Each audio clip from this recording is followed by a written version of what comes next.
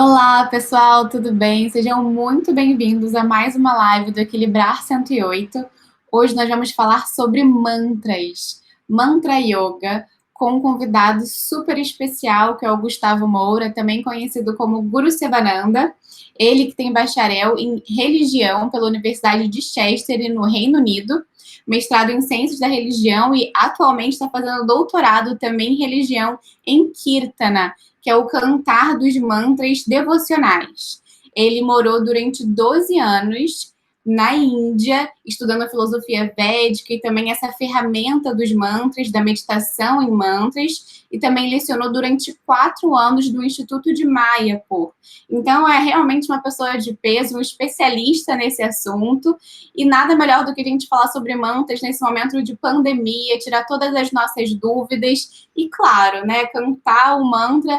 Hoje a gente vai cantar o mantra da prosperidade e do bem-estar coletivo, universal. Vai ser realmente muito especial estar aqui com ele. Então, por favor, Gustavo Moura, Guru Sevananda. Olá, Priya, muito obrigado pelo convite, muito feliz de poder falar com vocês aqui sobre mantras, né? É um tema que sempre me inspira muito, é minha prática diária há mais de 20 anos, é o meu estudo agora acadêmico também, né? Assim, o trabalho que eu venho fazendo em paralelo, ao mesmo tempo que a gente está aqui estudando, né, todo esse trabalho de doutorado, mas lado a lado eu consegui gravar 2 CDs nos últimos 2 anos, e então, assim, é uma coisa bem legal de poder compartilhar com as pessoas, para não ficar apenas um trabalho acadêmico, teórico, né, que poucas pessoas recebem, mas algo que pode ser compartilhado com mais gente e, ao mesmo tempo, com essa base de estudo tradicional, de estudo acadêmico e de prática pessoal, né? Obrigado pelo convite. Eu que agradeço pelo aceite do convite, por toda a paciência com a gente aqui. A gente tentou fazer algumas lives e não conseguimos, e você foi super solícito, permitiu que a gente gravasse essa live logo em seguida para poder disponibilizar esse conteúdo aqui no canal e também no seu. Então, te agradeço mais uma vez pelo aceite, por toda a paciência com a gente. Tenho certeza que vai ser uma live muito legal, né? Essa gravação vai ser muito legal. E para quem tiver dúvidas também, pode botar aqui embaixo, né, no comentário, as dúvidas que tiverem sobre mantras. Tem um detalhe também, né? No final desse mês, o Guru Sevananda, ele vai lançar um curso de mantra, então vai ser muito especial, dá para a gente ter um gostinho do que é essa técnica, essa ferramenta. A gente também vai deixar aqui nos comentários o link para quem quiser saber mais. E é muito especial, assim. Eu pratico o mantra, né? O Maha Mantra, mas os outros, esses que a gente vai cantar, é novidade para mim, então eu tô tão animada quanto vocês, né? Então, mais uma vez. E também, se vocês quiserem colocar, marcar alguém, algum conhecido de vocês que goste desse assunto, de meditação, que queira conhecer, também marca aqui todos aqueles que vocês sabem que vão gostar do conteúdo, para que todos possam ser beneficiados. Então, a gente separou aqui algumas perguntas sobre mantra, sobre a sua trajetória. Então, já vou começar. Pode começar a sessão. Não sei se você prefere que a gente comece pelas perguntas ou se você gostaria de propor outra dinâmica. Você havia comentado de fazer, né, começar aqui com mantra para a gente entrar numa sintonia. Como que você prefere? Você que manda hoje aqui. Sim, a minha sugestão é fazer um sanduíche, pode ser? A gente Perfeito. começa com mantra, a gente começa com mantra só para assim, trazer essa energia boa, de positividade. Depois a gente fala sobre mantras, perguntas, respostas, tá? Traz essa discussão para entender melhor. E no final a gente fecha com outro mantra também muito conhecido.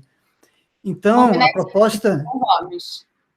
proposta para começar, Priya, é o mantra Loka Samasta Sukhino Bhavantu. É bastante conhecido, tá? Essa linha desse mantra é muito conhecida. Na verdade, o mantra completo, ele tem mais do que isso. Ele começa dizendo o seguinte, que haja boa fortuna para todas as criaturas vivas, para todos os seres. Deixa eu compartilhar com vocês aqui, por escrito, que vai ficar mais fácil de visualizar. Então, ele começa dizendo assim, Swasti Prajabhya que significa que haja boa fortuna para todos os seres. E aí continua, Paripala Yantan, Nyayena, Margena, Mahim, Mahi, Shaha, que diz assim, que os líderes do mundo possam nos guiar pelo caminho da justiça.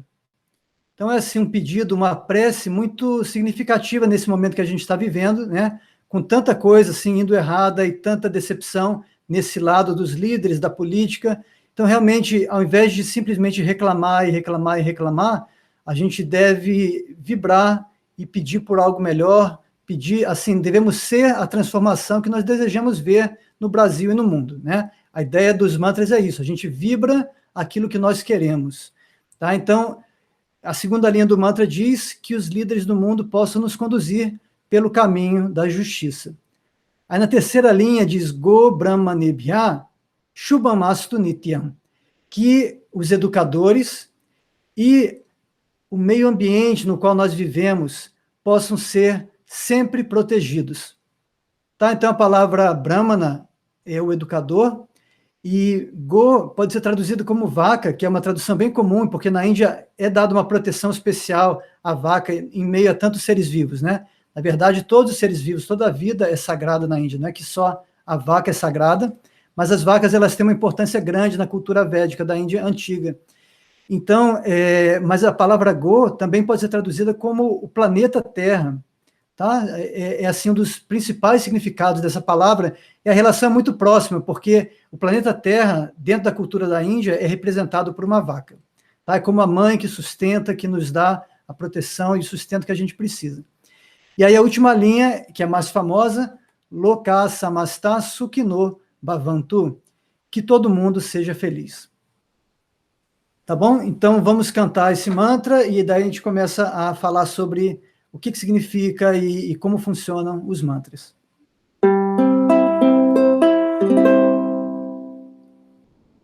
Swasti prajabhyam paripalayantam nyayena margena mahim mahisha go brahmanebhyam shubhamastu nityam loka samasta sukhino bhavantu. Quem quiser cantar junto, acompanha. Swasti prajabhyam paripalayantam nyayena margena mahim mahisha go brahmanebhyam shubhamastu nityam loka samasta sukhino bhavantu. Loka samasta sukhino bhavantu. Loka samasta sukhino bhavantu. Loka samasta sukhino bhavantu.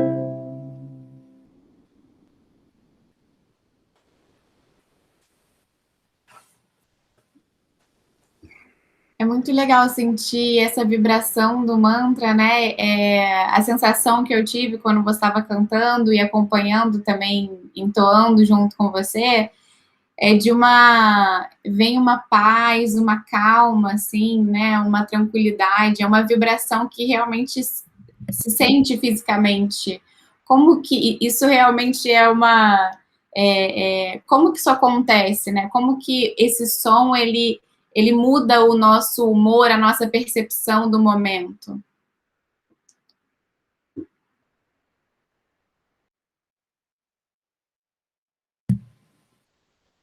Sim, esse ponto é muito interessante. Eu acredito que é um dos pontos mais intrigantes, né, de toda essa ciência dos mantras, que é a conexão entre as palavras, o som das palavras e o significado que elas trazem.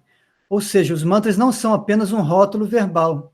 A gente está acostumado, né, a pensar nas palavras como sendo apenas um rótulo, que a gente coloca, isso aqui é um copo, isso daqui é um computador, isso daqui é um microfone, isso aqui é um violão, né? A gente pensa nas palavras apenas como uma etiqueta que está colocada ali arbitrariamente.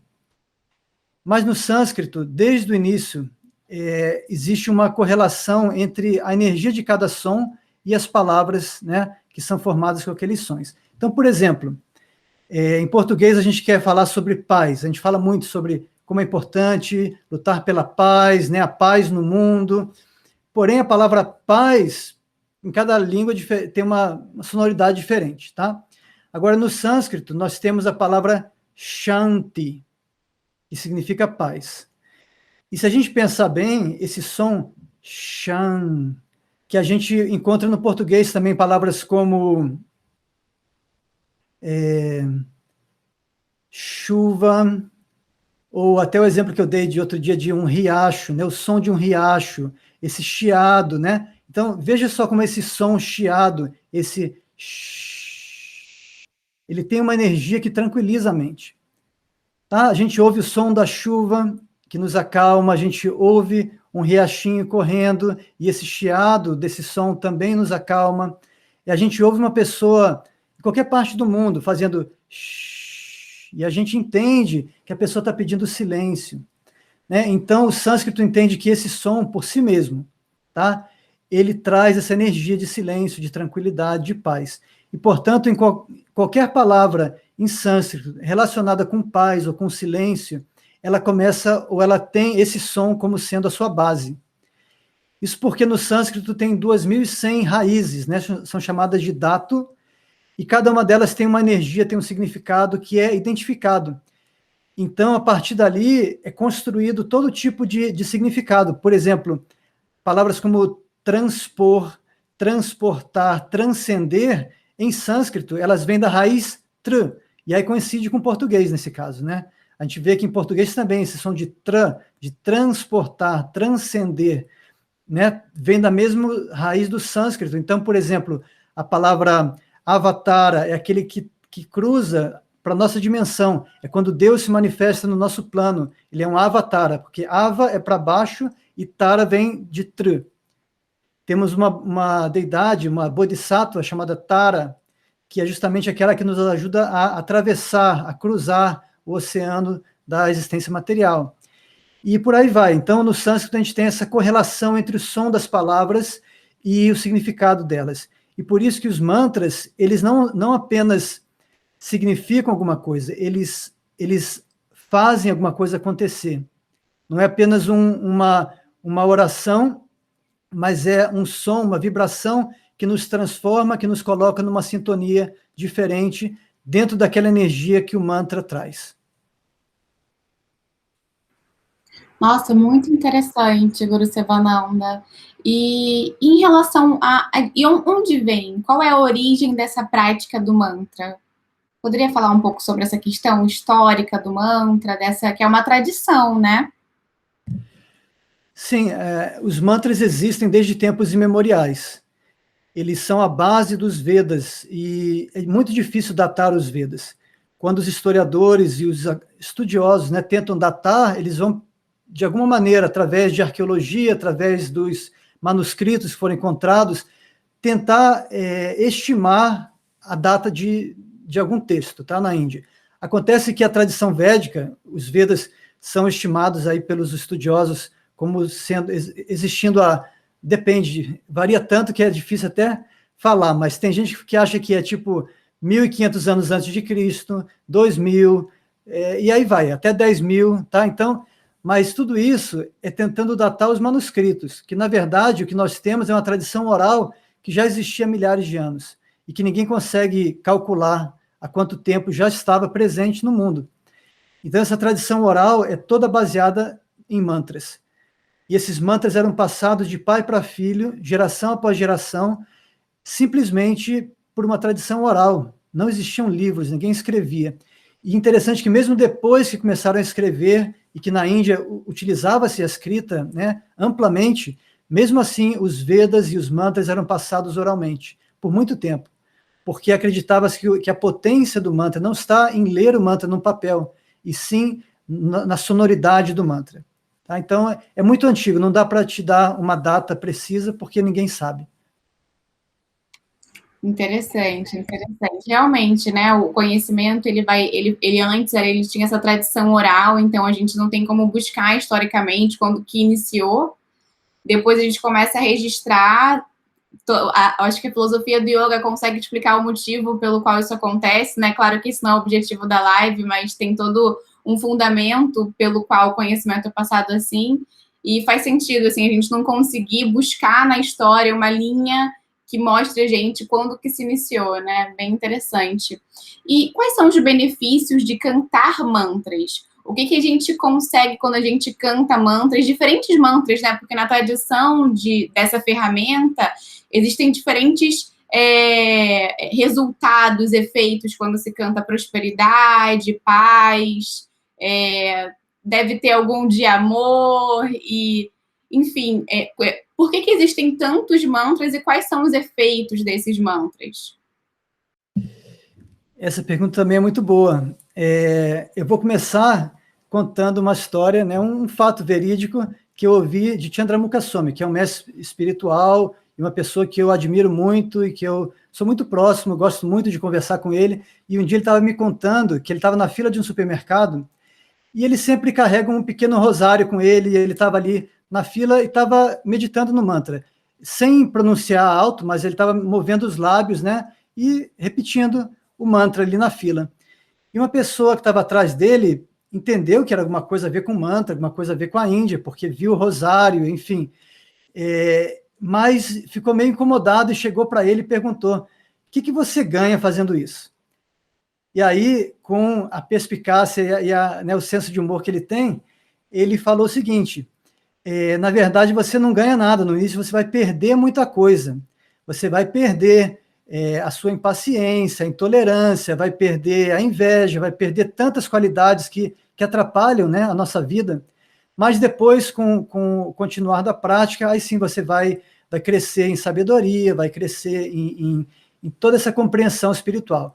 Então, eu achei muito interessante, porque realmente o mantra ele atua de uma maneira que ele vem de dentro para fora, tá? Então, ele começa, pela sua vibração sonora, a nos alinhar nessa energia do mantra.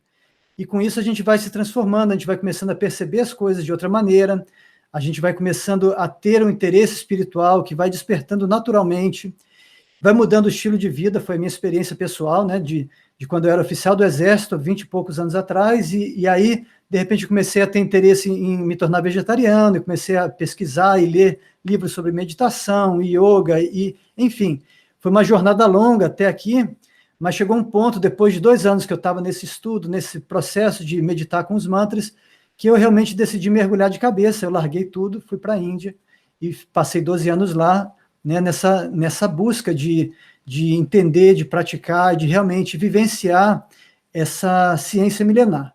Então, agora indo para uma outra maneira de responder essa questão de o que a gente ganha, para que serve o mantra, né? Então, eu costumo dizer que os mantras são um tipo muito sofisticado de tecnologia espiritual. E por que tecnologia? A gente acabou de falar sobre todo um conhecimento que existe sobre o som, como que o som afeta a nossa consciência, como que o sânscrito é uma língua forjada cuidadosamente, identificando a potência inerente a cada som, e aí construindo as palavras e formando os mantras a partir dessa compreensão, né? Então, existe uma ciência do som, que sabe que certos sons vão afetar a nossa consciência de uma maneira específica. Com base nessa ciência, os mantras são a aplicação prática dela. Então, isso é tecnologia.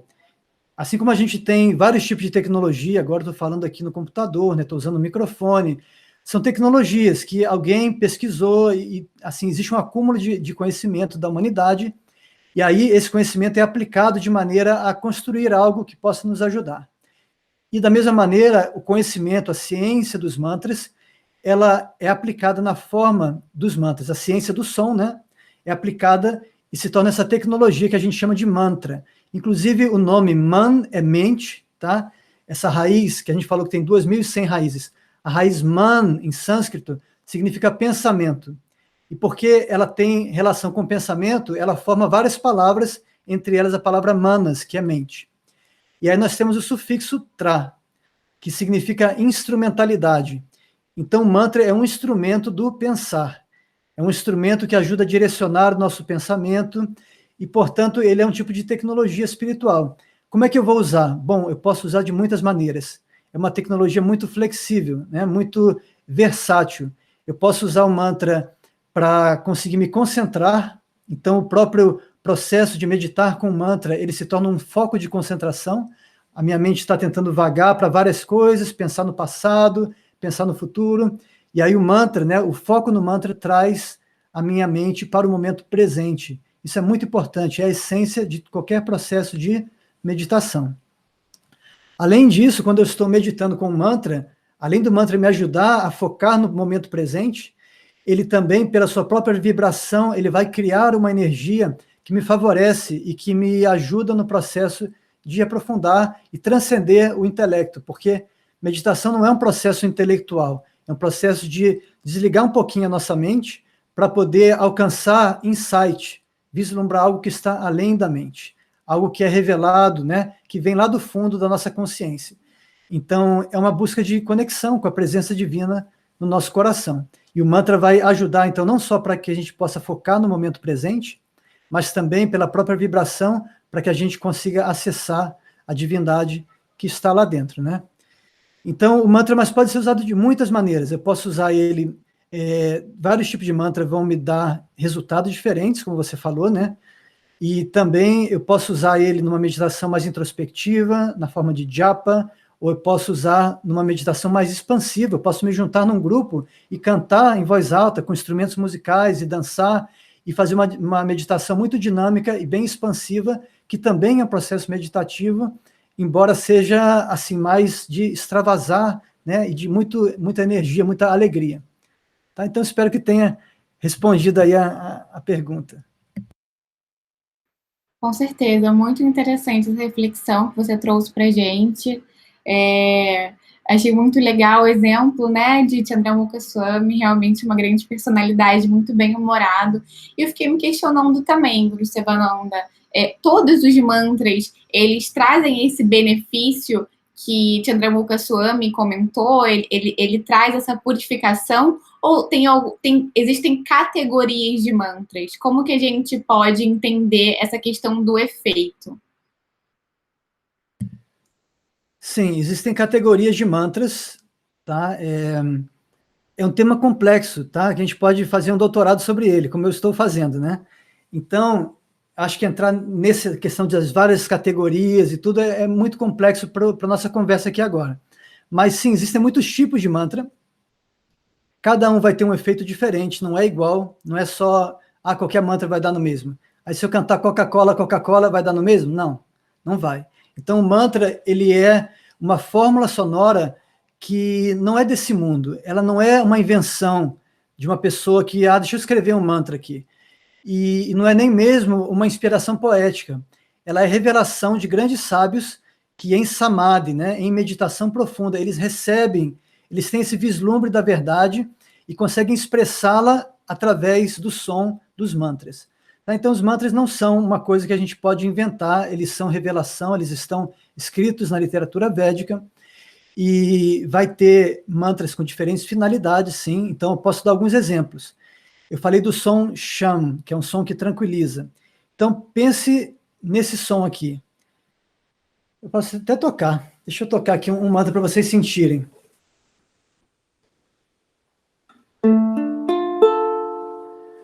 Shiva, Shiva, Shiva, Shambhu. Shiva, Shiva, Shiva, Shambhu. Shiva, Shiva, Shiva, Shambhu. Shiva, Shiva, Shiva, Shambhu. Tá? Então, Shiva, Shambhu, Shankara, Om Namah Shivaya. Eu não cantei o mantra inteiro, tá? Mas dá para sentir que a sonoridade desse mantra está baseada nesse som de Sham. E ele invoca a energia de Shiva. Shiva é assim, um aspecto divino que nos ajuda a transcender o nosso ego, a nossa mente, para que a gente possa realmente entrar numa meditação profunda. A gente precisa silenciar a mente, portanto, o som Sham, Shankara, Shambhu, Shiva, tá? Porque esse som vai nos ajudar a alcançar esse silêncio interior. E aí, Shiva, ele tem essa função, tá?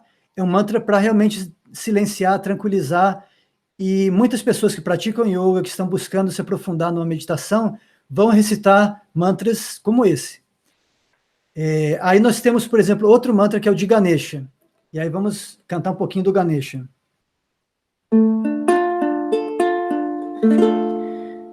Om Ganapataye Namaha, Om Ganapataye Namaha, Jaya Ganesha, Jaya Ganesha.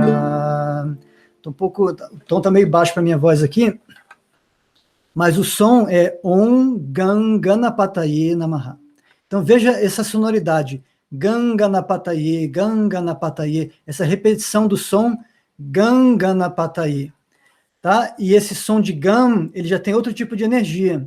No sânscrito, o som Gam é a base de todas as palavras de movimento. Então, se eu quero falar eu vou, Aham Gachami, esse Gam é a base, tá? Gachami, Gamyate, tudo que tem a ver com ir, começa com o som de Gam. Inclusive, o rio Ganges, em sânscrito, é chamado de Ganga. Tá? E Ganga repete o som Ganga, da mesma forma que Ganganapataye, o mantra de Ganesha. E por que Ganga tem esse nome? Ela é entendida como sendo um rio muito poderoso, muito forte, que desde a nascente já nasce com tanta força. A gente está acostumado a pensar em rios como eles começam um filetinho de água que vai aumentando e vai juntando com outros, vai crescendo e vai aumentando, né? O Ganges não, ele surge debaixo de uma geleira gigantesca, que tem 100 metros de altura, tem 4 quilômetros de largura. Imagina assim um bloco de gelo muito grande que você se sente uma formiga debaixo. Se alguém já foi ou tem interesse de ir, ou quiser olhar no Google, procure Gangotri, ou melhor, Gomuka, que é a nascente do rio Ganges. Vocês vão ver essa geleira enorme e debaixo dela o rio sai já super forte, arrastando blocos de pedras gigantescos, arrastando bloco de gelo também, sabe? Você ouve um barulho ensurdecedor e uma força impressionante. Então, Ganga, essa força que nada pode parar. E do mesmo jeito, Ganesha é representado pela esse aspecto da divindade com cabeça de elefante que pode remover os obstáculos do nosso caminho. Então, o mantra de Ganesha tem o propósito de nos dar força para avançar, para prosseguir, para superar obstáculos. Enquanto o mantra de Shiva vai ter essa energia de tranquilizar, né, de silenciar a mente. E o mantra de Krishna vai ter qual energia, né? Krishna é um som, essa palavra Krish é atração, e Na é bem-aventurança, é a felicidade espiritual. Então, Krishna é aquele que nos atrai espiritualmente. Ele é a origem de todas as qualidades, de todas tudo que tem de bom e de atrativo se origina em Deus, né? Então, Krishna é esse aspecto que rouba o nosso coração. Tá? Então, ou seja, cada mantra vai ter a sua energia e, portanto, pode ser usado de uma maneira diferente, vai ter um efeito na nossa consciência. Muito legal, Gurusevaranda. É legal entender, né? Você trouxe essa questão de Ganga, do rio Gange, dessa força. Krishna, eu confesso que eu não sabia, né? Exatamente esse conteúdo, esse significado que você trouxe, realmente muito especial. E eu fiquei me questionando também. A gente precisa entoar, falar esse mantra de maneira perfeita, ou a forma como a gente fala não tem impacto no efeito? Em relação à pronúncia, o que você poderia dizer para a gente sobre esse ponto específico? Sim, muito boa essa pergunta. É algo que as pessoas sempre me questionam mesmo, a importância da pronúncia no sânscrito e se o mantra ele é eficaz se a pronúncia não for perfeita, né? Então, tem dois aspectos a serem considerados. Por um lado, sim, a pronúncia é muito importante. Você vê que os mantras são uma ciência sonora. A gente está falando de fórmulas sonoras e, portanto, como elas soam é muito importante. Tá? Então, a gente deve buscar aprender a recitar os mantras adequadamente. Tendo dito isso, eu também entendo que existe outro aspecto, que é a nossa intenção é o que a gente coloca em termos de devoção na hora que recita um mantra. Porque Deus, na visão da literatura védica, não é apenas, assim, não é uma coisa impessoal, abstrata, e o processo espiritual não é um processo mecânico. Não é que, assim, eu vou recitar esse mantra com perfeição e aí eu vou alcançar tal resultado. Não é assim. Deus é uma pessoa que ouve a nossa intenção também, o nosso coração. Existe até um ditado na Índia que eles dizem que Deus, ele ouve, quando a gente canta o mantra, ele ouve o nosso coração, mesmo quando a gente canta errado. E imagina, assim, um pai e uma mãe, né? Quando eu tenho uma filha de 3 anos, e, assim, quando a criança tem 2, 3 anos, ela pronuncia muitas palavras erradas, inclusive o nome dos pais. Agora, qual é o pai ou qual que é a mãe que vai deixar de responder ou de atender um filho, né, porque a criança não está conseguindo pronunciar o nome corretamente, não está falando a palavra direito.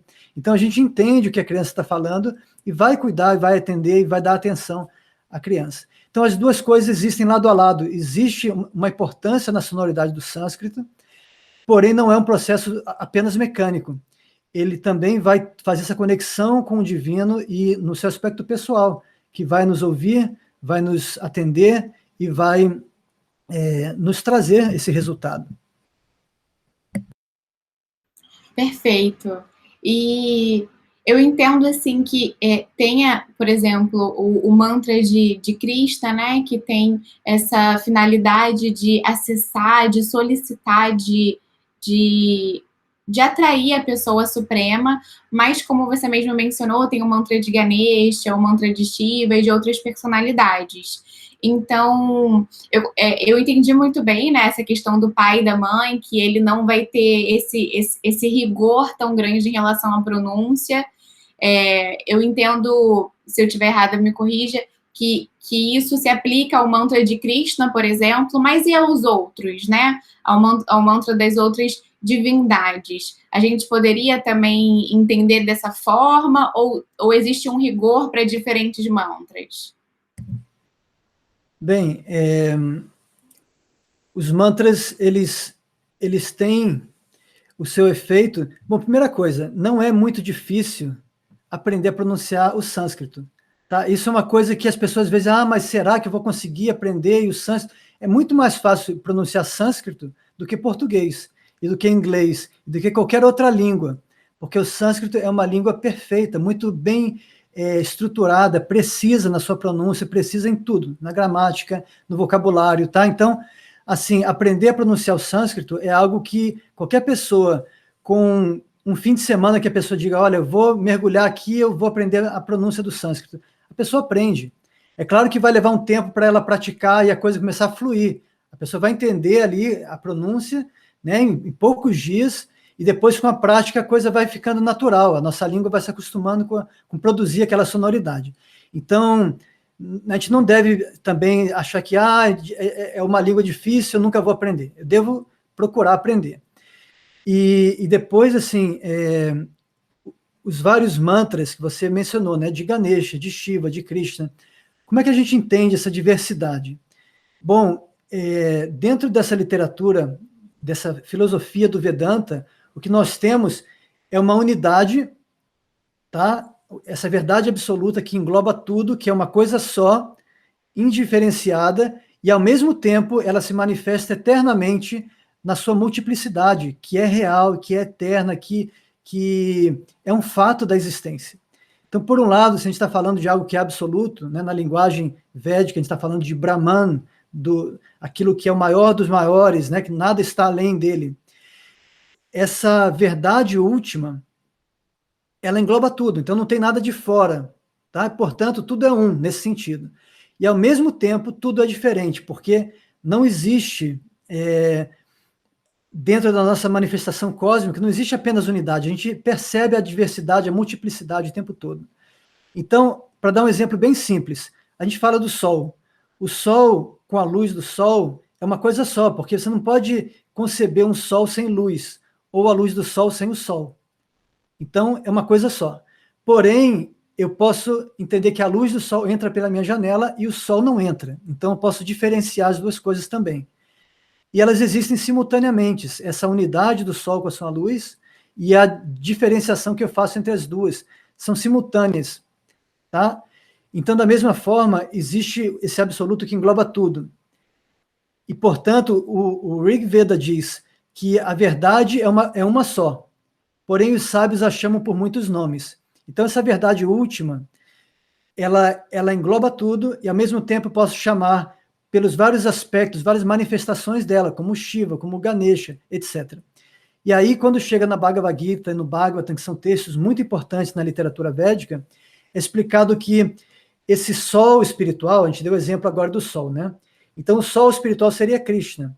Krishna entendido não como uma das manifestações, e sim como a origem primordial. Sarva Karana Karanam. Ele é a fonte primordial de tudo que existe.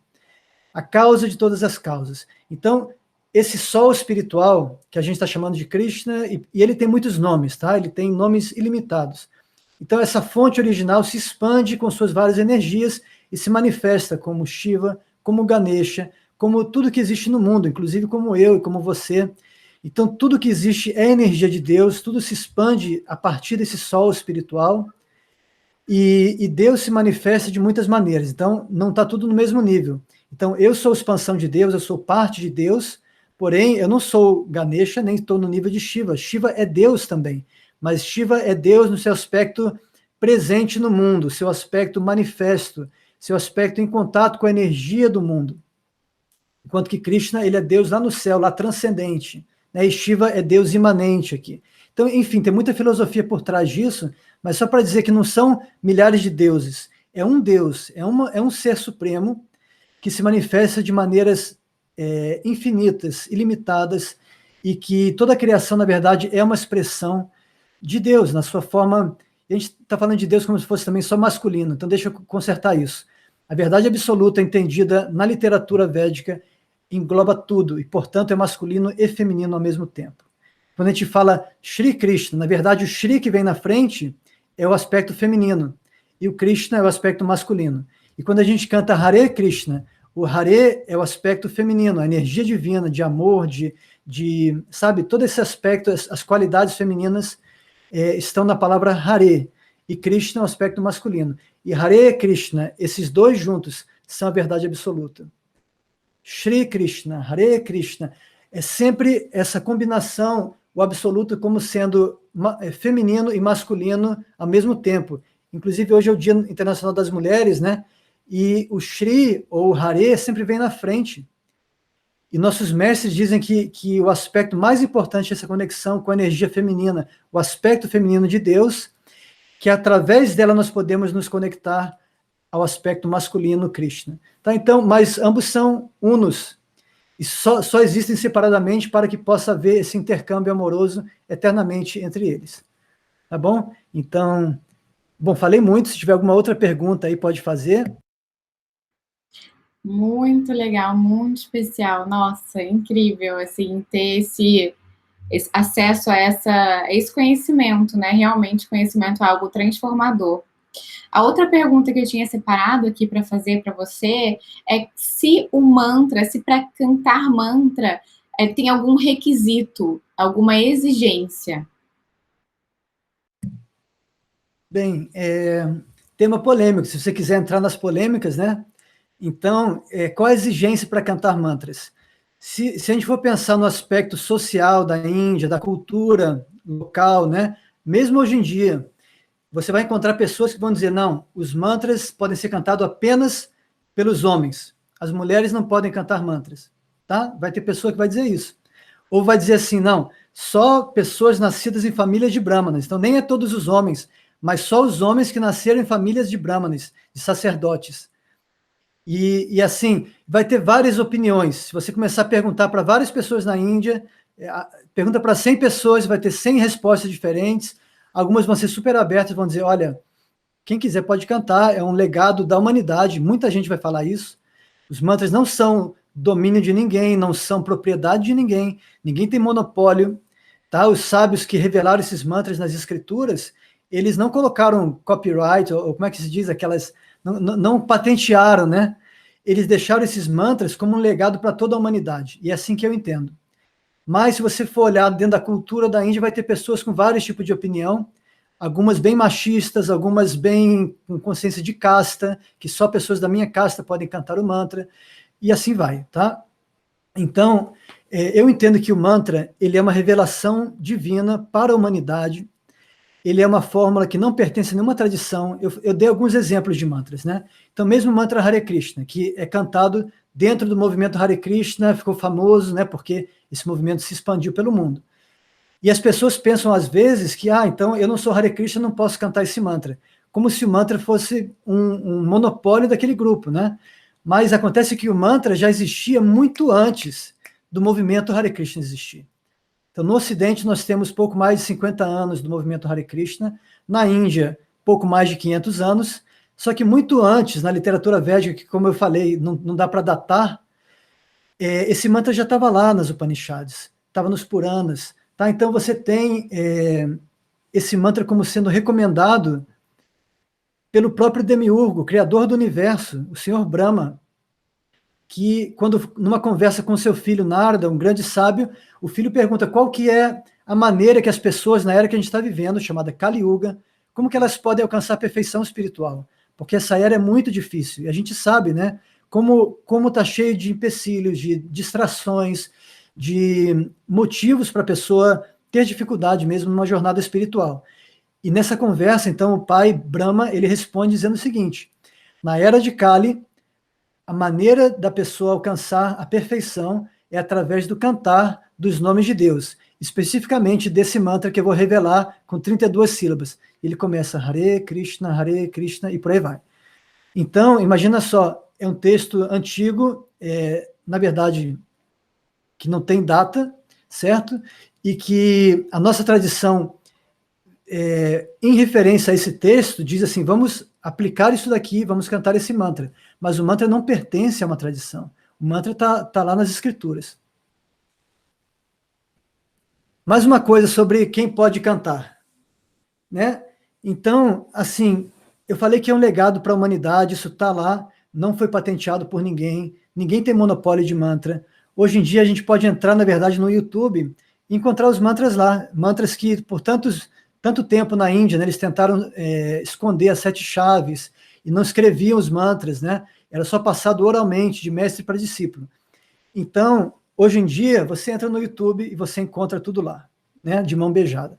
Por um lado, isso é uma facilidade e é um lado bom, um lado positivo, um aspecto que eu considero positivo hoje em dia de você ter acesso à informação. Ao mesmo tempo, a informação apenas não é suficiente, né? Então, como é que eu vou aplicar isso na minha vida? Como é que eu vou realmente colher os benefícios com a prática dos mantras? E por isso que é importante você ter conexão com alguém que está numa tradição, alguém que conhece, que vivenciou e que pode realmente te mostrar o caminho. Então, é dito na Índia, é bem comum você ouvir, que para você recitar um mantra com eficácia, o mantra tem que ser recebido de um mestre.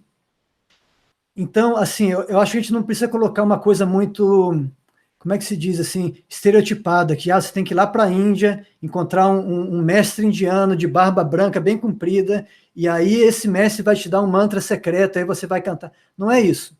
Você encontra uma pessoa que pode ser um brasileiro mesmo, como a gente tem tantas pessoas no Brasil, né? Eu citei Chandramukha Swami, que eu conheço há tanto tempo, e que ele está nessa prática, nessa vivência, e ensinando as pessoas há tanto tempo. Ou, assim, nossas filhas aqui em casa são crianças, tá? Mas elas cantam tantos mantras, e você vê o efeito do mantra. Por quê? Eu não sou indiano, não sou mestre, né? Embora meu nome engane muita gente, eu sou Guru Sevananda, que significa aquele que gosta de servir ao mestre. Ananda é a felicidade, Seva é servir, e Guru é o mestre. Então, eu sou aquele que tem a alegria de servir ao mestre. Tá? Mas então, aqui em casa, estou dando um exemplo simples, né? Crianças que não sabem sânscrito, estão aprendendo a ler e escrever, e que cantam mantras e sentem os efeitos dos mantras. Então, minha filha, com 3 anos de idade, agora ela tem 6, agora ela tem 8. Quando ela tinha 3, ela teve que ir no dentista fazer um canal, imagina só. Deu uma super cárie nela, o dentista falou, vamos fazer um canal. E de primeira, se imagina, era a segunda visita ao dentista. E aí ela falou, vai ser difícil de acalmar a criança e tal, melhor vocês ficarem do lado de fora. Aí, daqui a 5 minutos, a dentista chamou a gente, falou, olha a sua filha, ela está ela está fazendo alguma coisa que a gente não sabe o que que é. A gente chegou, ela estava assim, com os lábios movendo, né? E eu logo entendi, ela estava recitando um mantra. Om Namo Bhagavate Vasudevaya. E ela estava lá sentadinha, bonitinha, de olho fechado, cantando o mantra.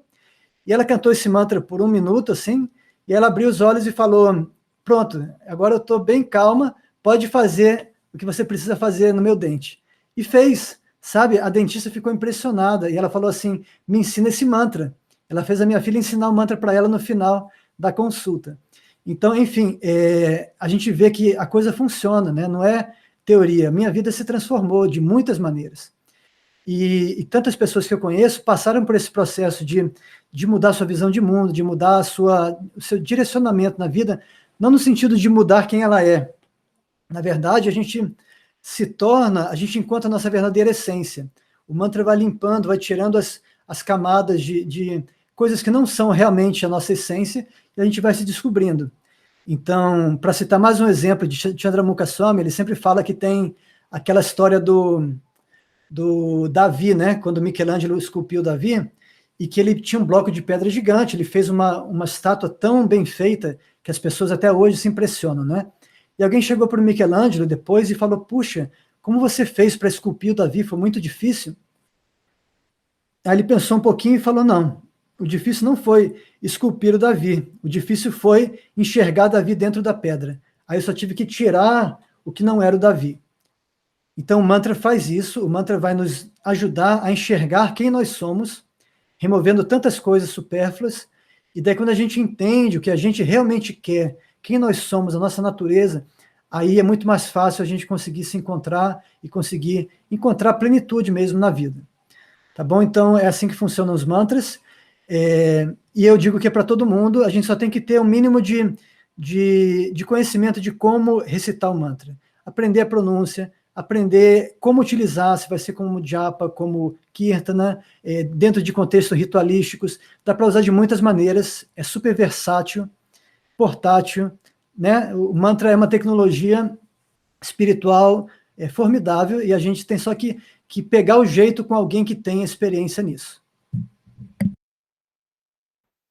Nossa, eu tô aqui assim, que incrível. Eu queria ser uma formiguinha para ver a sua filha meditando no mantra. Deve ter sido uma cena assim realmente incrível, né? Nossa, que especial, né? Que especial poder nascer numa família que tem já esse hábito, esse costume, e ela entender também tão novinha, né? Que ela pode usar essa ferramenta, como você falou, essa ferramenta científica que funciona empiricamente, ela entendeu ali que meditando ela ia alcançar um estado no qual ela se sentiu preparada para fazer algo que é meio desconfortável, muito legal, incrível. Eu tô aqui super feliz de poder imaginar essa cena. E a última pergunta que a gente separou para você é: meditação e cantar de mantra é a mesma coisa? Sim e não, né? Assim, a gente pode falar que meditar é um processo amplo que você pode utilizar várias técnicas diferentes. Eu posso usar uma chama de uma vela na minha frente para focar minha atenção, eu posso prestar atenção na minha respiração, eu posso, enfim, usar várias técnicas diferentes para meditar. A ideia é sempre trazer a nossa consciência para o presente e conseguir silenciar a mente para ir além dela e fazer essa conexão interior, tá? Então, basicamente, isso é meditação. Um processo simples, mas que não é fácil de alcançar, porque você tem que conseguir silenciar a mente. Isso é muito difícil. É simples, basta parar a mente, né? Conseguir acalmar a mente, parar de ir para o futuro, para o passado, pensando em várias coisas, e nesse silêncio interior, a gente ouve a voz do Paramatma, que é Deus no coração. Agora, como eu falei, a era que a gente está vivendo é muito difícil para qualquer prática espiritual. Então, se a gente for olhar a literatura védica, tem tantas passagens que dizem que na era atual é tão complicado conseguir meditar, é tão complicado fazer yoga, é tão complicado qualquer coisa. Porém, ela tem uma grande qualidade. Eu vou até citar um verso que está no Srimad Bhagavatam, que diz o seguinte: Kaler dosha nide rajan. Essa era de Kali, ela é um oceano de defeitos, tá? Para quem está buscando vida espiritual. Mas o verso continua. Asti yeko mahanguna. Porém, existe uma grande qualidade, uma grande oportunidade. Kirtanadeva Krishnasya Mukta Sangha Paramvrajit.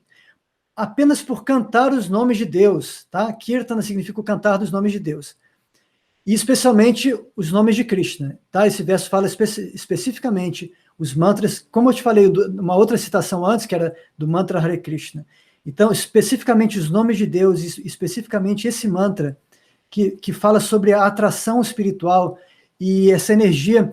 O mantra Hare Krishna ele é muito perfeito e simétrico, tá? Então você está invocando essa energia divina no seu aspecto feminino, Hare, que é Radha, esse aspecto mesmo da mãe divina, e você daí chama por Krishna.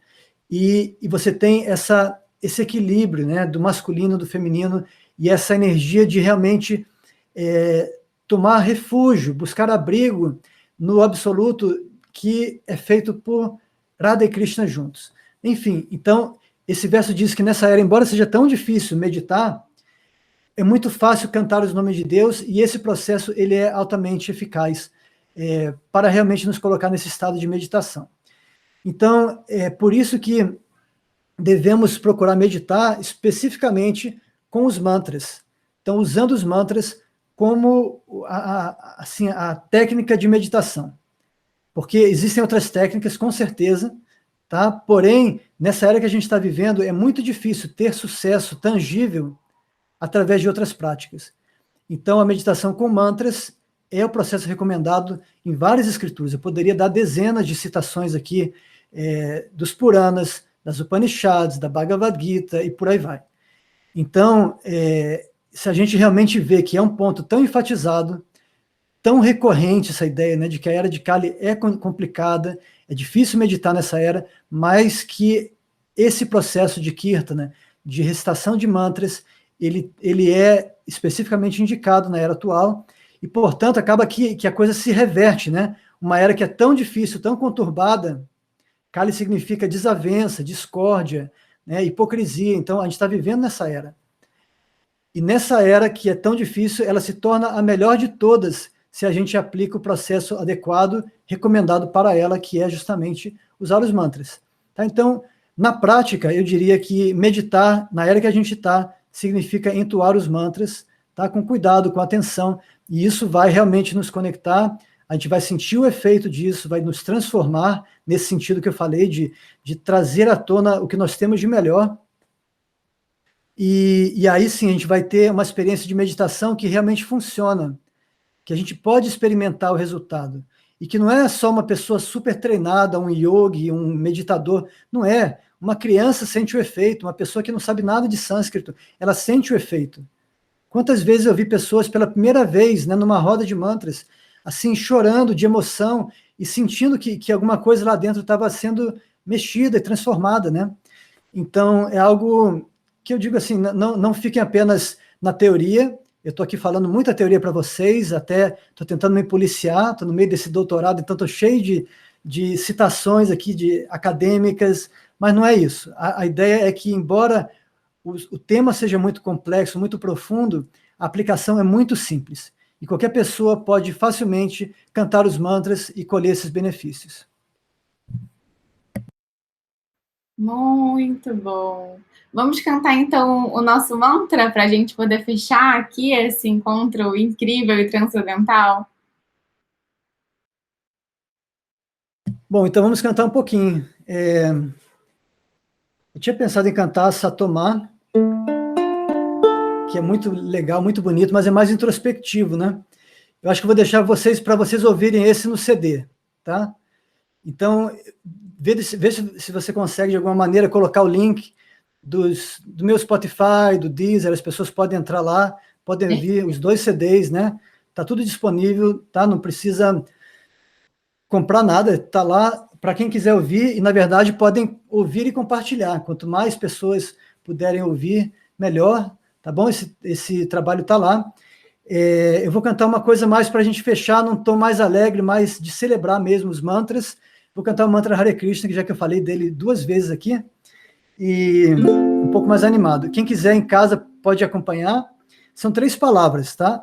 Hare, Krishna e Rama.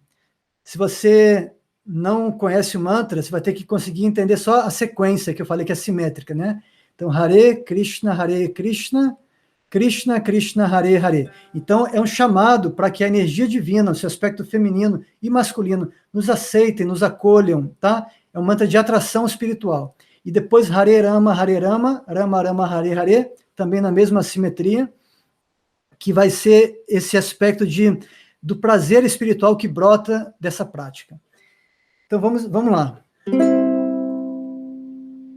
Hare Krishna, Krishna Krishna, Hare Hare, Hare Rama, Rama Rama, Hare Hare, Hare Krishna, Krishna Krishna, Hare Hare, Hare Rama, Rama Rama, Hare Hare, Nitai Gauranga Jaya Gaura Hare.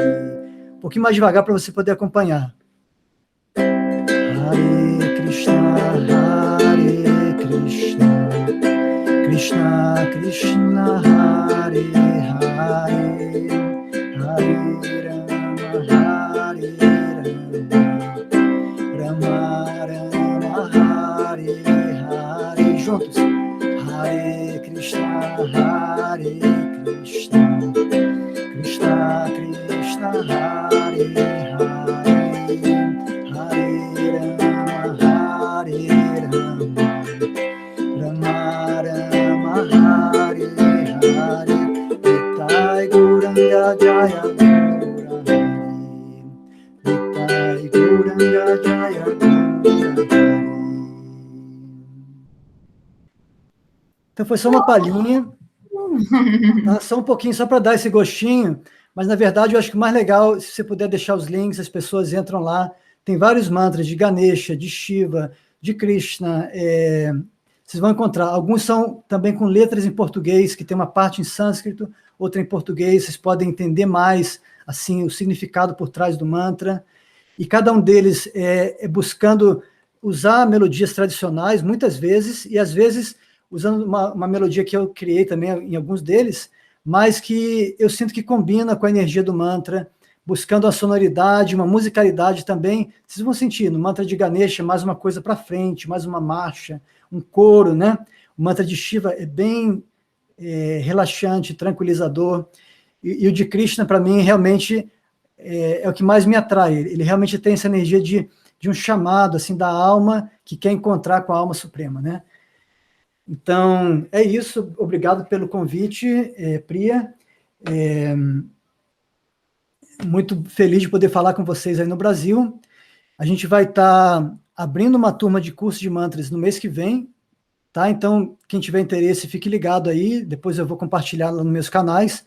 E podem acompanhar, tem vários mantras lá no YouTube também. Se vocês entrarem no meu YouTube, vocês vão ter os 2 CDs e mais também vários mantras que a gente toca às vezes em casa, com a família, né? Sabe, tem coisas bem mais descontraídas. Vocês podem acessar lá no YouTube, é tudo o mesmo nome, procura Guru Sevananda, tudo junto, e vocês vão encontrar vários materiais, tem coisa mais teórica, eu falando, explicando sobre mantras, tem coisa só de cantar mesmo, e enfim, podem explorar lá o que tem no conteúdo, e espero que vocês gostem e compartilhem com pessoas que possam gostar também. Guru Sevananda, muito obrigada por esse compartilhar, por esse transbordar. Realmente falar de mantras é algo super especial e muito profundo, muito intenso, vai na essência, no âmago, né? Ouvir você cantando esse mantra, o mantra Hare Krishna, o Maha Mantra, o grande mantra, é muito especial. Eu espero que aqui no canal a gente tem pessoas que já conhecem, mas tem muitos que não conhecem. A forma como você colocou, né, é uma forma muito, muito inclusiva, inclui, né, e deixa claro, né, que não é uma ferramenta dogmática, ortodoxa, dentro de uma caixinha, que é realmente uma técnica, uma ferramenta utilizada há tempos imemoriais e que a gente deve utilizar para o nosso benefício, para essa conexão, para quem está buscando essa conexão com Deus no nosso coração, esse caminho espiritual que realmente, como você mencionou, nessa era, nesse momento de tanta turbulência no qual a gente vive, é uma ferramenta muito especial, simples, porém com uma potência muito grande. Então, eu te agradeço do fundo do meu coração pela oportunidade que você deu para a gente entender um pouco mais sobre essa ferramenta e poder se inspirar a praticar no nosso dia a dia de forma constante e sentir esse, como o Chandramukha Swami falou, que você mencionou, né, esse tirar, né, essa limpeza do que não é Davi, daquilo que não é a gente, conseguir se compreender melhor e se encontrar nesse mundo, a nossa verdadeira essência. Então, reverências, te agradeço pelo seu compartilhar. Obrigado, até a próxima. Até a próxima, fiquem ligados aqui no canal Equilibrar 108, espero que vocês tenham gostado, comentem aqui embaixo o que vocês acharam, se vocês tiverem dúvidas também, fiquem à vontade, marcar aquelas pessoas que você sabe que vai amar esse conteúdo, eu já estou pensando aqui em várias pessoas para eu poder mandar também, e pode deixar que eu vou botar aqui todos os contatos de Guru Sivananda. No Spotify você encontra. Eu adoro o CD, assim, já estou aqui já declarando fã. E também tem no YouTube. E o curso também, super legal sobre mantras, né? Como ele mencionou, é importante que a gente tenha uma pessoa que nos conduza a essa ferramenta, não é algo simplesmente que você consegue fazer de uma maneira, digamos, solta, né? É importante que tenha esse mestre condutor, essa pessoa que já tá instruída para passar esse conhecimento. Então, é uma oportunidade muito legal que ele está abrindo, né? Agora, eu acho que é a primeira turma de 2021, então aproveitem se você gostou do tema e compartilhe. Perfeito. Então, Om Tat Sat. Hari Om Tat Sat.